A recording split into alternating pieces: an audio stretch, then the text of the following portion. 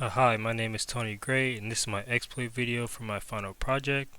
So for my final project, I picked CV 2019-18634, and basically this CV is so in any pseudo version before 1.8.26, it basically like if the password feedback option is enabled in the sudoers file, then a user will be able to just exploit buffer overflow to just gain root privileges by sending a long like input string. Pretty much, that's pretty much what this is saying.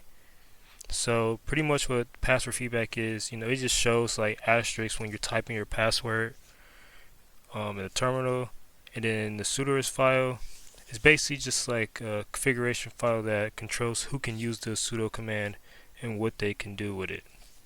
So to perform the exploit, and I am doing this on a Kali Linux virtual machine.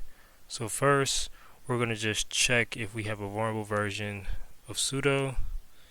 So let me enter this command.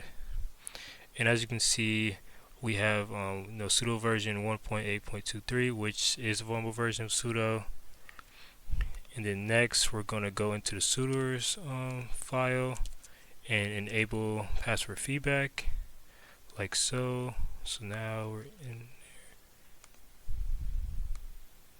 and now I'm gonna paste this here, and this is how we enable password feedback.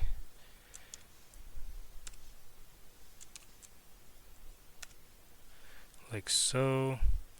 And then next, we're gonna actually perform the exploit, and this is the command to do it. And pretty much what this command is doing, we're using the Perl command to just send like a long string of A's, like so, right here, to just like overrun the buffer. And this is like followed by like the no bytes to just represent the end of the string.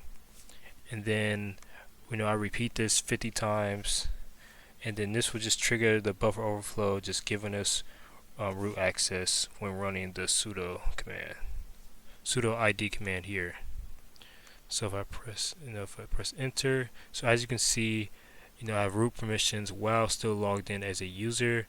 So now if I use sudo, so now if I do just sudo who am I, it says I'm a root user.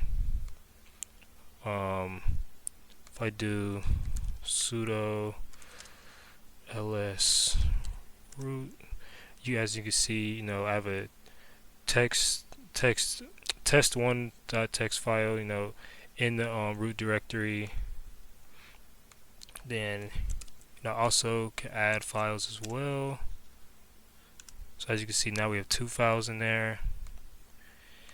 And then I can also just remove files from the root directory while being logged in as a user.